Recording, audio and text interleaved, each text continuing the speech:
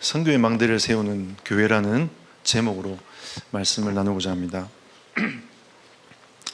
저는 부산에서 태어나서 부산에서 계속 자랐습니다. 제가 있는 고향 교회가 부산대학 앞에 교회가 있었거든요. 우리 그때 담임 목사님이 선교사님들을 계속 교회 초청을 계속 했습니다. 1년에 여러 번 초청을 해가지고 우리 어린 아이들 우리한테 그리고 또 많은 성도들한테 이 선교에 대한 가슴을 심어내려고 참 많은 노력을 하셨습니다. 그러다 보니까 어느 날 저희 선배들이 이제 선교사로 한 분, 두 분 나가기 시작하더라고요. 그리고 선교사로 못 나간 우리 선배들은 또 목회자가 되어서 또 한 분 한 분 목회를 하기 시작하더라고요. 제가 중고등학교 때 가만히 선배들을 보니까 진짜 정말 주를 위해 사는 선배들이 많구나, 이런 생각을 굉장히 많이 했고, 도전도 받고, 그리고 또 많은 선교사님들이 실제적인 사역들을 쭉 보고를 들으면서 저렇게도 저 전문성 가지고도 정말 선교사의 일을 할 수 있구나, 이런 많은 게 좀 깨달음이 제게도 왔습니다. 그래서 제가 대학 올라가자마자 OM 선교단체에 제가 이제 발을 디뎌가지고 훈련을 받기 시작했습니다. 훈련을 쭉 받으면서 그 당시는 이렇게 핸드폰도 사실은 그게 없었고 했기 때문에 선교사님들이 슬라이드 갖고 나와가지고 하면서 이제 선교에 대한 얘기도 하고 언어도 공부하고 이렇게 했던 기억이 막 납니다. 그래서 제가 처음 나갔던 나라가 홍콩을 경유해가지고 마카오라는 나라를 들어갔습니다. 실제로 제가 그 현장을 가만히 보니까 그 당시에 집집마다 우상들이 가득 차 있으면서 그 가정마다 우상을 숭배하고 우상에 잡혀있는 현장을 하나님이 보게 하시더라고요. 그리고 제가 한국에 돌아오면서 제가 하나님 앞에 이런 기도를 했습니다. 하나님, 중국과 북한을 제 가슴 속에 주십시오. 그러면 제가 중국, 북한 사역을 할 수 있도록 저에게 은혜를 주신다면 제가 그 일에 한번 쓰임을 받아보고 싶습니다 라고 했을 때 하나님이 98년도에 북한 사역할 수 있도록 문을 열어주셨습니다. 북한 사역의 문을 열어주면서 제가 이렇게 중국을 계속 그 당시에 왔다 갔다 계속 했었습니다. 그러면서 이 선교 사역이 쉬운 게 아니구나, 그때 좀 느끼게 되더라고요. 언어에 대한 장벽도 있고 또 문화에 대한 장벽도 있고 내가 할 수 있는 게 사실은 많이 없구나. 하지만 그때 중심을 담아내면서 이 제자를 찾는 사역들, 또 이 복음을 심는 사역들을 좀 계속 이렇게 해오다가 하나님이 중국에서 동남아 쪽으로 하나님이 선교의 문을 또 열어주셔가지고 지금 계속 동남아 쪽으로 계속 선교를 현재 하고 있습니다. 오늘 제가 이제 여기 오기 전에 우리 초등부 아이 한 명이 새로 왔다고 해서 가보니까 그냥 방글라데시 아이인 거예요. 다민족 아이인 거죠. 그래서 한국말도 꽤 잘하고, 그래서 그 아이를 축복하면서 기도해주고 왔습니다. 제가 지금 방글라데시 논문 쓰고 있거든요. 또 하나님 그렇게 또 만나게 하셔가지고 또 더 가슴에 담게 하게 하시고, 이 동남아 현장을 가만히 봐도 진짜 우리가 할 수 있는 거는 요거밖에 안 되는구나. 하지만 우리가 할 수 있는 진짜 이 기도, 하나님은 모든 것을 예비해 놓으셨고 기도하는 자를 통해서 하나님은 모든 문을 열어가시는 하나님이신데, 그렇다면 우리가 할 수 있는 이 기도의 망대를 세워서 계속 기도하다 보면 하나님이 전 세계 2, 3, 7, 5천 정도 살릴 수 있는 문들을 계속 열어가실 것이다 라는 확신에 제 마음속에 있습니다. 그래서 오늘 좀 짧지만 조금 선교의 망대를 세워나가는 이 중심과 마음을 가지고 함께 말씀을 나눠보고자 합니다. 여러분들이 600지교회로 간다는 걸 저도 메시지를 많이 들었습니다. 저도 기도하고 있고요. 600지교회. 결국은 이 하나님이 경기 남부 지역을 살리도록 하나님이 여러분에게 이미 600지교회에 저는 응답을 이미 예비하셨다 확신합니다. 왜냐하면 하나님이 여러분 교회를 통해서 경기 남부 지역을 살리기로 작정하셨기 때문에 그 작정한 대로 하나님이 그대로 응답해 가실 거라고 저는 확신합니다. 그리고 이제 우리 유청구 목사님께서 동문 1기 선배시기도 하고, 그 다음에 동문 사역들을 지금 계속 해 나가시기 때문에 하나님은 이미 이 동문 현장의 대표적인 교회로 하나님이 세우셨고, 또 앞으로도 이 대표적인 응답을 하나님이 이루어 갈 거라고 저는 확신합니다. 그리고 하나님이 이 교회 위에 시대를 살리는 선교운동의 주역이 저는 될 거라고 확신합니다. 하나님이 그렇게 지금도 이어가고 계시고 그 응답 속에 여러분들이 있기 때문에 여러분은 가장 행복한 교회요, 가장 행복한 성도들이 아닌가 저는 확신합니다. 제가 이 사부 예배 때 지금 몇 번 온 것 같은데 우리 어린이 그 찬양대가 너무 좋은 것 같아요. 이 아이들이 앞으로 237 이 데이를 통해서 아이들이 꿈꿀 237 나라를 생각해 볼 때 하나님께 너무 감사하고, 또 이 아이들은 앞으로 또 선교사로, 또 아이들 목회자로, 또 정말 선교를 돕는 중직자로 하나님이 세워갈 거 아니겠습니까? 하나님이 시대를 두고 우리 아이들을 하나님이 준비해 놓고 또 이루어가고 계시니까 너무 가슴이 벅차고요. 또 하나님께 감사하고 모든 영광을 돌려드립니다. 사실 이 모든 것이 5천 종족 살리는 응답입니다. 저는 확신합니다. 그래서 하나님은 5천 종족을 반드시 살리는 하나님의 계획이 있기 때문에 그 응답을 가지고 지금도 하나님 일하고 계시고 응답의 문들을 열어가고 계시는 거죠. 그래서 우리는 영안을 두고 봐야 합니다. 영적인 눈이 치유가 되지 아니하면 우리는 전 세계를 볼 수 없습니다. 잘 알고 계시겠지만 이 창세기 3장 문제는 인생의 근본 문제 아닙니까? 사람들은 이 창세기 3장 문제를 그냥 간과하고 살아갑니다. 하나님 앞에 하나님의 말씀의 언약을 어김으로 말미암아 이 세상에 죄가 들어왔습니다. 그리고 사망이 우리를 사로잡았죠. 그리고 사람들은 이 사단의 종노릇 하고 있습니다. 제가 대학생 때 이 다락방을 만나가지고 전도 운동을 계속 하다 보니까 이런 생각이 들더라고요. 이런 의문점을 하나 던지게 됐습니다. 과연 정말 이 창세기 3장 문제가 한국만의 문제가 아닐까? 전 세계의 문제가 정말 맞을까? 이런 고민을 제가 많이 했었어요. 그러고 제가 처음으로 간 나라가 필리핀 현장이었습니다. 필리핀 산골 현장이었는데 그 현장에 가니까 선교사님 말고는 이 따갈로그를 할 수 있는 사람이 없는 거예요. 그래가지고 선교사님이 그냥 현장 밟아라 해가지고 저한테 현지인 자매 2명을 붙여준 겁니다. 쟤하고 이 자매하고도 대화가 안 돼요. 대화가 안 되고 내가 어떻게 하지 막 고민을 하기 시작했어요. 그래갖고 목사님한테 가가지고 이 지역에 무속인이 있냐니까 딱 한 명 있대요. 거기를 나를 인도해 달라고 해라고. 이 자매 2명이 저를 데리고 그 무속인한테 저를 데리고 간 겁니다. 그래서 제가 따갈로그를 할 줄 압니까? 영어를 할 줄 압니까? 가자마자 무속이 나오길래 제가 제일 좋은 언어는 바디랭귀지거든요. 그래서 제가 이제 자매들한테 저 사람 만나니까 맞대요. 그래서 제가 나오길래 바로 30분 동안 메시지 했습니다. 한국말로. 한국말 메시지 뭐 했냐면 구원의 길 메시지 선포했어요. 왜냐하면 귀신 들을 거 아닙니까? 한국말을. 그죠? 한국말로 들어라 이러면서 이제 근데 그 무속인이 앞에 서가지고 제 한국말을 30분 동안 듣고 있더라니까요. 그래서 제가 듣고 있는 그 사람도 신기하고 저도 신기하고 옆에 있는 자매들도 저를 계속 쳐다보고 있고. 근데 그 이후에 이상한 일이 벌어졌어요. 제가 2가지를 봤습니다. 하나는 그리고 이 자매 2명이 자기 삼촌 집에 가자는 거예요. 짧은 영어를 할 줄 아니까 삼촌 집에 데려갔는데 이 같이 얘기를 하는데요. 사도행전 2장의 역사를 제가 봤어요.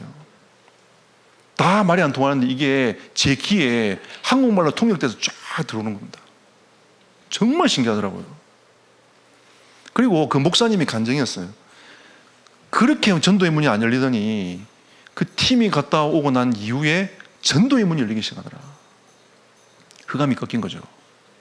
제가 그걸 보면 가만히 들으면서 맞아. 이 창세기 3장 문제는 이 한국말의 문제가 아니라 전 세계 이마에 있는 이 문제구나. 그때 제가 확신을 당했습니다. 이 선교는 해야 된다 말아야 된다 차원이 아니라 이 생명의 복음은 모든 민족에게 증거되어야 되는 것이 하나님의 마음이고 우리 전도자가 가져야 될 마음이구나. 그때 가슴에 딱 담게 된 것이죠. 전 세계 현장은 창세기 6장에 있지 않습니까? 네피림 현장 아닙니까? 우리가 하나님의 말씀이 기준이 되어야 되는데 이 기준을 바꿔버렸어요. 말씀이 더 이상 기준이 되지 않습니다. 지금 시대 자체가 특히 MZ세대가 지금 가면서 말씀이 기준이 되지 않아요. 복음이 기준이 되지 않습니다. 이 네피림의 메시지가 무엇입니까? 말씀은 기준이 아니야. 성경은 기준이 아니야. 그들은 이 세상 모든 것을 살릴 수가 없어 라고 계속 메시지를 쏟아내고 있단 말이죠. 이게 지금 세상의 흐름입니다. 선교는 이 흐름도 바꿔야 되는데요. 그렇지 않습니까? 그리고 창세기 11장 현장은 교만해가지고 하나님을 계속 대적합니다. 이게 지금 현장 아닙니까? 믿음 인자를 볼 수 있습니까? 교회를 볼 수 있습니까? 현장은 지금 텅텅 비어 있습니다. 정말 비어 있어요. 우리가 영화를 뜨고 가만히 보면 모든 사람이 죄를 범해서 하나님의 영광을 이룰 수 없는 전 세계 2, 3, 7, 5천 종족의 현장을 하나님 우리에게 보게 하시는 거죠. 경기 남부뿐만 아니라 모든 동문이 있는 교회 현장과 전 세계 현장에 이 영적 흐름이 그대로 잡혀 있지 않습니까? 하나님께서는 하나님의 준비를 계속하고 계십니다. 눈에 보이지 않지만 하나님은 지금도 5천 종족을 살리기 위한 준비를 계속하고 계세요. 하나님의 방법은 전도이기 때문에 전도를 통해서 하나님의 계획을 이루어 가십니다. 그 전도자를 하나님이 찾고 계시고 그 전도자가 언약을 딱 잡으면 하나님이 준비하신 것들을 풀어서 계속 하나님이 응답의 문들을 열어 가시는 거죠.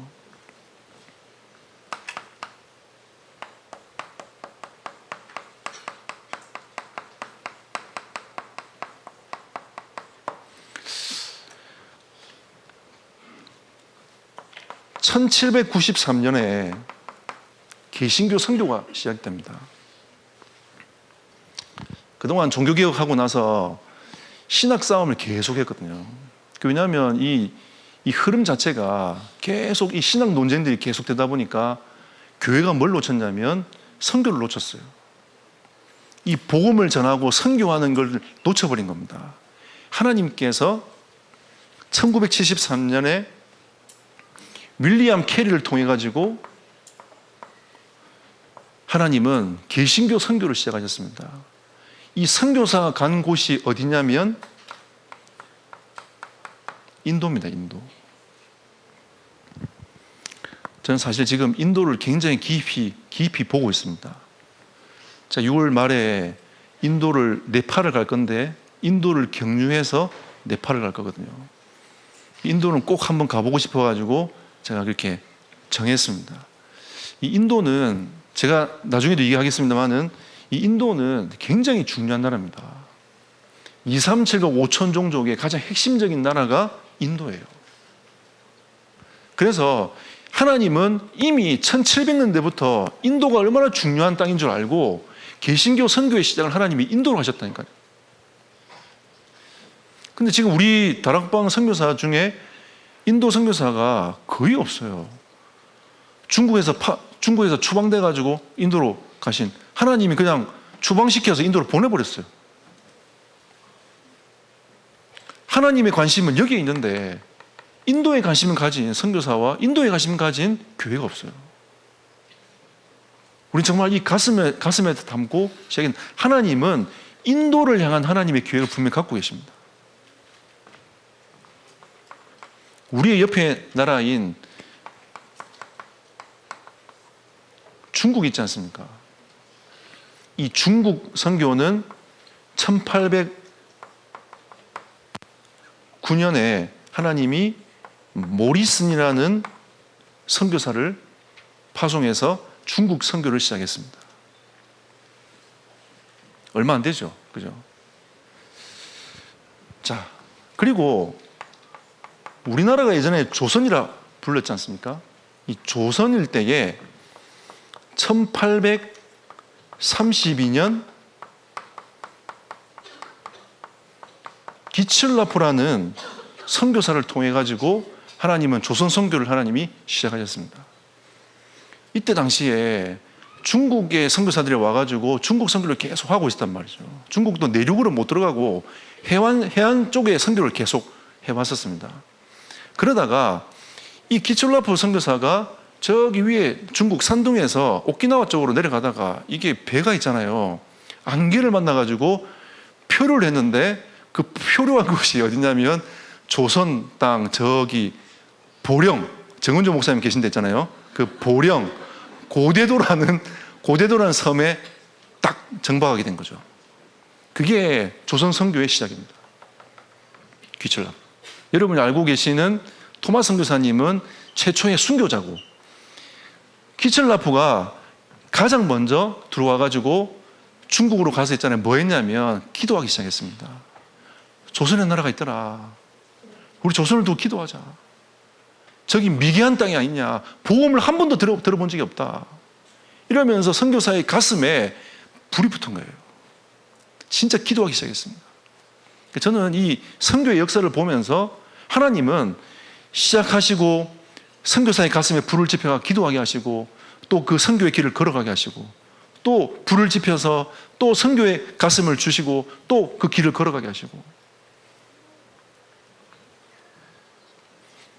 그래서 우리 조선을 두고 이 토마스라는 선교사님이 최초로 대동강변에서 박충권이라는 사람에 의하여 목이 잘려서 죽었습니다. 목처당 죽었단 말이에요. 그게 토마스 선교사입니다.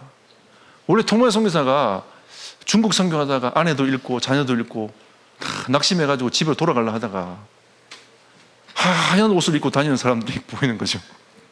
저 뭐야, 누구야? 이랬더니 조선인인 거예요. 그러니까 이분이 조선어를 공부를 열심히 해가지고 미국 상선을 타서 자기가 조선에 가서 선교를 하겠다라고 탔는데 그 상선이 불타가지고 잡혀가지고 목 잘려 죽은 사람이 토마스입니다. 한 게 없잖아요, 한 게. 그죠? 조선 선교에서 한 게 아무것도 없어요. 성경책 풍고한 것밖에 없습니다. 참 희한하죠. 그 성경책도 하나님이 역사하셨어요. 나중에 그 성경책을 가지고 간 사람이 종이 질이 좋으니까, 옛날 우리나라 뭐 있습니까? 문풍지로 썼단 말이에요. 문풍지로. 그 이후에 후에 선교사님이 순회를 하다가 그 주막에 들렀는데 가만히 보니까 성경이야. 이 성경 어떻게 됐냐니까 알고 보니까 그 토마스 선교사가 가지고 온 성경인 거예요. 그 이후에 어떤 일이 벌어졌냐면 토마스 선교사를 목 쳐가 죽인 그 박충권이라는 사람이 예수님을 구주로 영접했습니다. 이 벌어진 거죠. 이런 일이 벌어진 거죠. 이 하나님의 역사는 우리가 눈에 보이지 않지만 하나님의 역사는 계속 흘러가고 있습니다. 최초의 순교자. 더 기가 막힌 거 뭔지 아세요? 하나님이 이 땅을 얼마나 사랑하셨냐면 하나님이 해방 직후까지 약 1,500명이라는 선교사를 조선 땅에 퍼부은 겁니다. 퍼부었어요. 하나님이 이 땅에 선교사를 퍼부었습니다. 그래가지고 하나님이 교회를 세우고 병원을 세우고 학교를 세워가지고 이 나라 민족에게 복음이 계속 설명되도록 하나님이 만들어간 거죠. 하나님이 어떻게 준비하셨냐면 선교사들을 퍼부어가지고 이 조선 땅에 하나님의 나라가 임하도록 하나님을 만들었단 말이죠. 그리고 어느 날 신사참배 운동하고 나라가 갈리고 이러면서 복음이 점점 사라지기 시작한 겁니다. 그래서 하나님이 이 다락방 전도운동을 일으키신 겁니다. 오직 복음, 오직 전도, 오직 선교. 우리가 하는 메시지가 쉽게 설명하면 초대교회 운동하자는 거 아닙니까? 그죠? 우리가 말하고자 하는 이 안디옥 교회 운동하자고 하나님이 다락방 전도 운동을 일으키신 겁니다. 정말 전도 선교에 올인하고 생명을 걸자.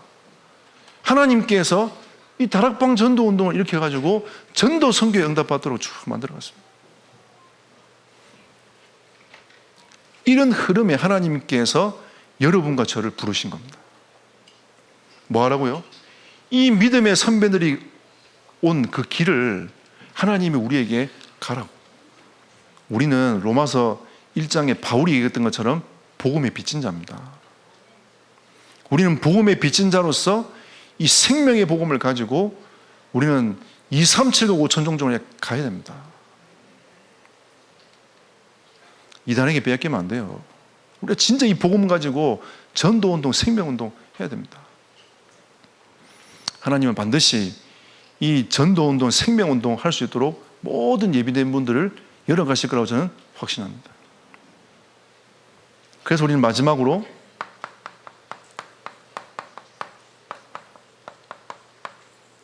선교의 망대를 세워나가야 합니다. 어려운 주제이긴 하지만 그 선교에 대한 짧은 개념들을 조금 이해를 해보면 좋을 것 같습니다. 결국 선교는 다른 게 아니라 복음을 전하는 겁니다. 핵심은 다른 게 없어요. 복음 얘기하는 겁니다. 이 인생의 문제를 해결할 수 있는 단 한 가지 해답은 복음밖에 없지 않습니까? 근데 선교라는 이 단어를 보면 또 우리는 많은 이 경계에 사로잡히지 않습니까?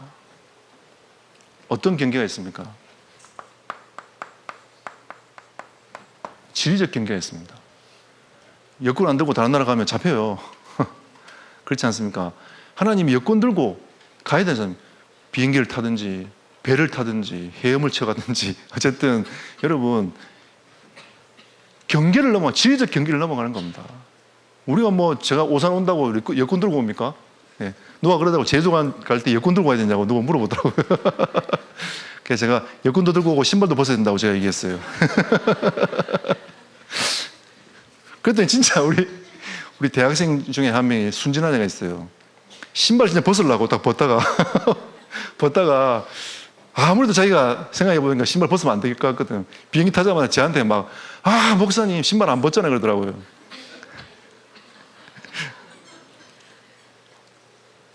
또 저한테 물어보더라고요. 목사님 비행기 타면 지구 보이냐면서. 내가 우주선이냐 우주선. 이런 애가 됐어요. 그럼 이제 비행기를 타면 화장실을 가지 않습니까? 근데 얘가 비행기를 처음 타보니까 문을 안 잠가. 그래서 제가 가만히 보는데 이게 파란불인데 문을 잠궈야 빨간불로 바뀌지 않습니까? 계속 파란불인 거예요. 내가 계속 조마조마한 거야. 계속 조마조마한 거야. 야, 저거 언제 바뀌나? 누가 또 문 열면 어떡하나? 이러면서 계속 조마조마한 거죠. 우리 애들이 이렇게 순진합니다. 그 아이들에게 우리가 이 경계를 넘어가도록 해줘야 되지 않겠습니까? 지리적 경계를 넘어가도록 해줘야 돼요. 예. 놀러 간 것도 필요하지만 선교라는 걸 차원을 가지고 이 지리적 경계를 넘어가도록 필요합니다. 여러분들은 목사님 따라서 계속 가지 않습니까? 계속 따라다니세요. 아이들 데리고 계속 이 지리적 경계를 넘어가야 돼요.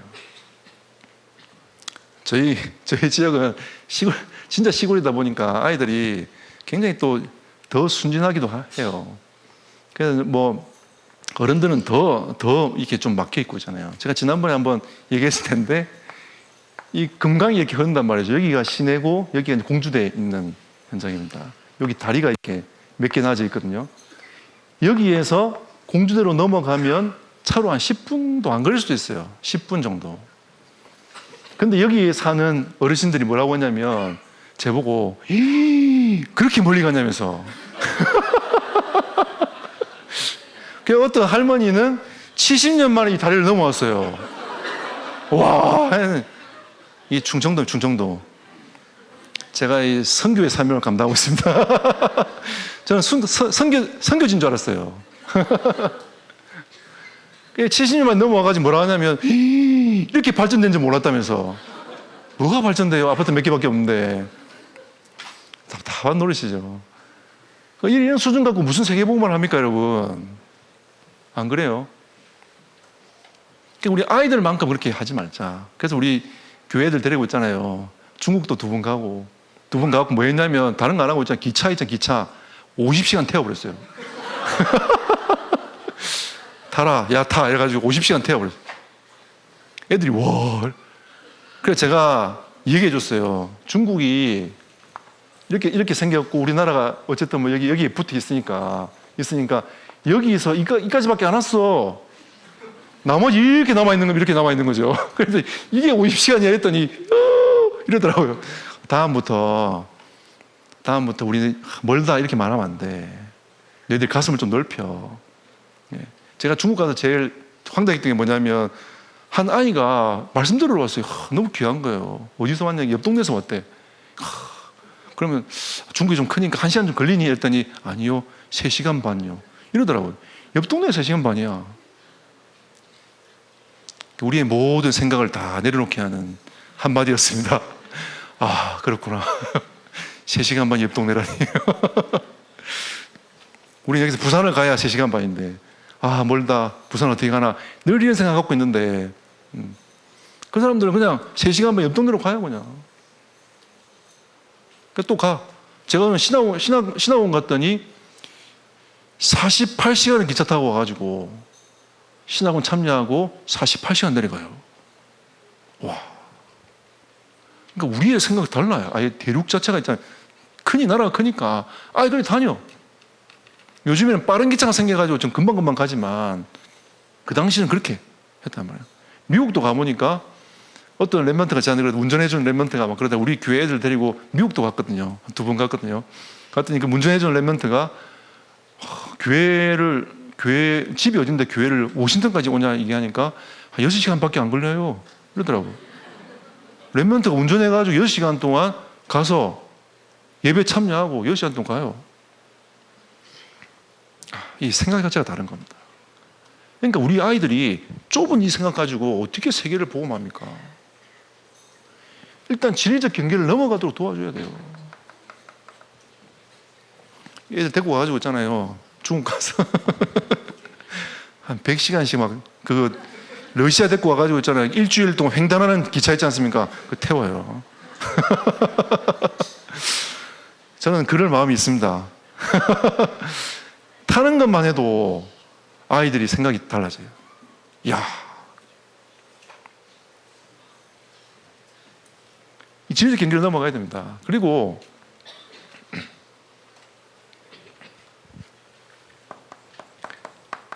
선교는 문화거든요. 문화의 경계를 넘어서야 됩니다. 우리나라 문화를 생각하고 중국 가면 이해 안 돼요, 여러분. 와, 처음엔 제가 얼마나 충격받는지. 이 중앙선 있잖아요, 중앙선. 택시가 이렇게 직진해 가야 되는데 이래 가요. 차가 이렇게 와. 그런데도 가. 그러더니 그럼 우리 피할 거 아닙니까? 그런데 안 피해. 자기가 크락신을 막 눌러.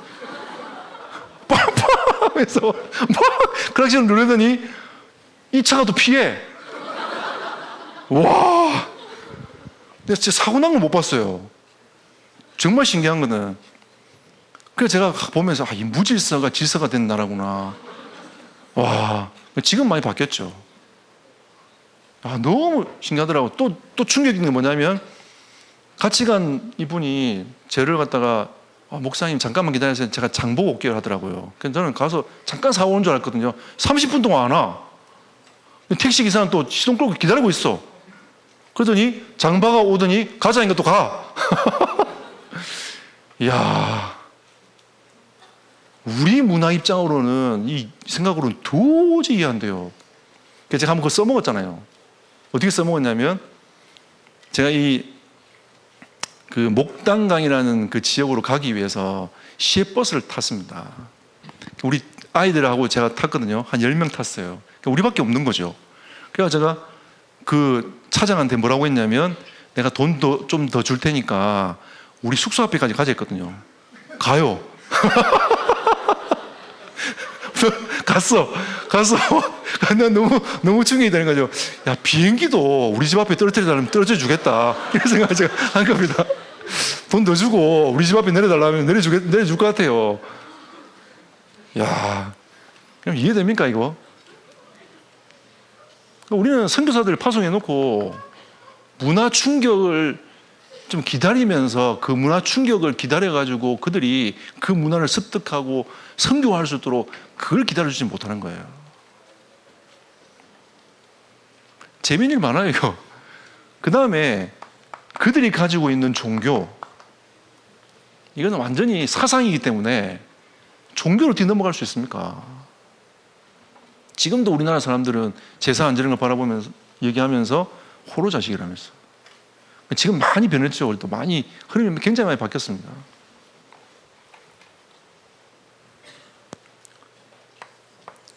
그리고 선교의 가장 중요한 키는 교회입니다. 교회를 세우는 거예요.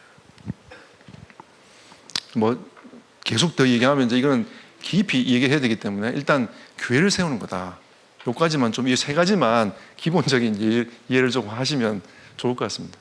왜냐하면 이 선교에 대한 기본적인 이해가 너무 안 됐기 때문에 요 정도까지는 좀 이해를 하시면 좋을 것 같아요. 우리가 지금 5천 종족 얘기하고 있는 거는 미전도 종족 아닙니까? 지금 우리 이제 유 목사님이 5천 종족 이렇게 얘기하셨거든요. 선교학에서는 8천 종족, 만 종족 이렇게 15,000까지 보는 데도 있습니다. 있는데 사실은 5천 종족으로 보는 게 좀 더 합당할 수 있습니다. 그러니까 좀 더 이제 깊이 들어가고 할 수 있는데 이 5천 종족을 바라볼 때에 아까 제가 얘기했던 인도가 5천 종족 중에 2천 종족이 넘습니다. 그러니까 우리 인도에 관심을 가져야 될 이유가 여기 있는 거예요. 지금 5천 종족이라 하고 있는 그 현장 속에 2천 종족이 넘는 아직 미전 종족이 인도에 있어요. 그럼 인도가 지금 어떤 문화입니까? 힌두 문화 아닙니까? 힌두. 그죠? 소가 막 걸어다니면서 소가 막 뛰어다녀도 아무도 잡아먹지 않는답니다. 그래서 어떤 인도 사람이 미국 유학을 갔는데 소고기가 너무 맛있더래요. 그래가지고 밤마다 소를 데리고 저기 산으로 올라간답니다. 그런 얘기도 하더라고요. 잘 보십시오. 인도, 그 다음에 미전도 종족의 랭킹 2위가 어디냐면 파키스탄입니다. 여기는 이슬람이죠. 그리고 미전도 종족의 랭킹 3위가 어딜까요? 아까 누가 얘기한 것 같은데? 중국입니다. 이 공산 국가잖아요. 하나님이 현장을 가만히 제가 이걸 보면서 힌두와 이슬람과 공산의 이 문화와 종교를 하나님이 넘어가도록 우리에게 지금 미전도 종족에 대한 메시지를 주시는 겁니다. 이거는 굉장한 메시지 속에 담겨 있어요. 그리고 이제 쭉 가다 보면 이제 랭킹 5위, 6위, 7위 막 이렇게 가는데 거의 대부분이 이제 그 10도에서 40도 그 사이에 쭉 이렇게 다 들어와 있습니다. 거의 대부분 이슬람과 공산국가에 있는 사람들이 있습니다. 일본도 미전도 종족인 거 아시죠, 여러분? 네, 일본도 미전도 종족에 속해 있습니다. 우리가 일본을 미워할 게 아니고 선교해야 될 나라입니다. 정말 가슴에 담고 선교해야 될 나라예요. 그래서 하나님은 결국은 현지 제자가 일어나야 됩니다.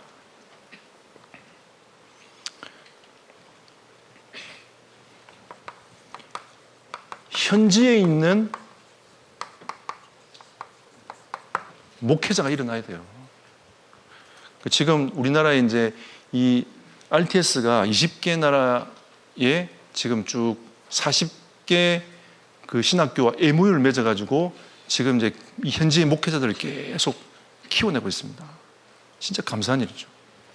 우리가 정말 이 전도 운동을 두고 현지의 목회자를 지금 키워내고 있는 중요한 이 흐름 속에 있습니다. 아까 선교는 교회를 세운 거라고 했잖아요. 현지 교회가 세워져야 됩니다. 우리나라가 이 교회가 성장할 수 있던 이유가 뭐냐면 우리나라 최초의 교회는 선교사가 세운 교회가 아닙니다. 저기 만주에서 복음 받아가지고 자기 집을 교회로 바꿔버렸어요. 그게 소래교회입니다. 우리나라 조선인이 자기 지역으로 와가지고 교회를 세웠습니다. 현지 교회가 세워져야 돼요. 그러니까 우리가 생각한 것처럼 삐까뻔쩍한 교회를 만들 필요가 없어요. 그 현장이 만약에 판자촌이면 그냥 판자떼기로 교회를 만들면 돼요. 예배당을 만들면 되는 겁니다. 그래가지고 그 현장에 진짜 이 생명의 복음이 들어갈 수 있도록 현지 교회를 세워가지고 이 전도 운동하도록 만들어가는 거죠. 나중에는 우리나라에 이제 그 네비여수라는 선교사님이 네비여수 정책을 이렇게 했단 말이죠. 그 네비여 정책 중에 세 가지가 뭐냐면 자립과 자치와 자력입니다. 자립은 뭐냐면 경제를 자립해라. 자치를 뭐냐면 스스로 다스려라. 그리고 자력은 뭐냐면 너희가 스스로 전도해라. 그러면 현지에 있는 교회가 이 세 가지가 사실 돼야 이게 자립하면서 응답을 계속 받아 나갈 수 있는 거죠. 그리고 지금 우리나라에 하나님이 다민족을 220만을 보내놨습니다. 220만이 조금 넘더라고요. 이게 이제 코로나 때문에 변동이 좀 있었는데 자, 요 근래에 들어가 보니까 220만이 조금 넘어요. 이 경기 남부 지역에 보니까 한 33만 정도 들어와 있더라고요. 노동자들이. 네.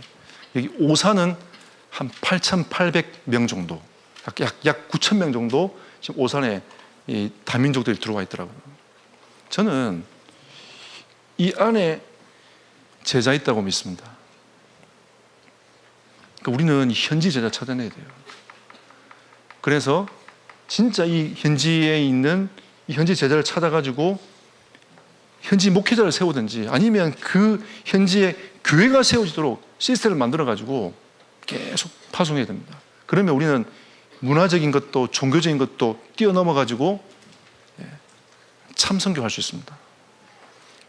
선교사들이 들어가서 선교도 해야 되겠지만 우리가 지금 있는 이 현지에 있는 제자들을 키워내가지고 이들이 진짜 다시 자기 나라 역선교 할 수 있도록 우리가 이 응답 속으로 들어가도록 만들어 나가야 되는 거죠.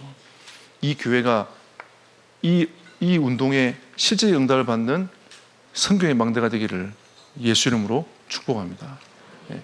나머지는 여러분들이 목사님 흐름 따라가지고 계속 가시면 됩니다. 목사님이 여러분을 두고 5번 하루에 기도한다고 말씀하셔서 저는 한 번 기도하다가 2번을 늘렸습니다. 네, 늘렸고요. 그리고 저도 여러분의 담임 목사님을 두고 매일 한 번은 기도합니다. 소상임이 목사님을 두고 기도하고요. 동문을 두고 기도합니다. 동문에 있는 많은 선교사님들과 목사님들이 현장에 이 현지 제자를 찾아서 진짜 선교의 망대가 되기 위한 이 응답과 축복을 하나님이 주시기 위한 그 걸음들을 쭉 걸어가고 있습니다. 그래서 하나님은 반드시 여러분의 교회가 이렇게 응답될 줄 확신합니다. 기도하겠습니다. 하나님 감사드립니다. 선교의 망대를 준비하신 주님을 찬송합니다. 이 교회가 이 응답의 주역이 된 줄 확신하오니 하나님 홀로 영광을 받아 주시옵소서. 주 예수 그리스도 이름으로 기도드렸습니다. 아멘.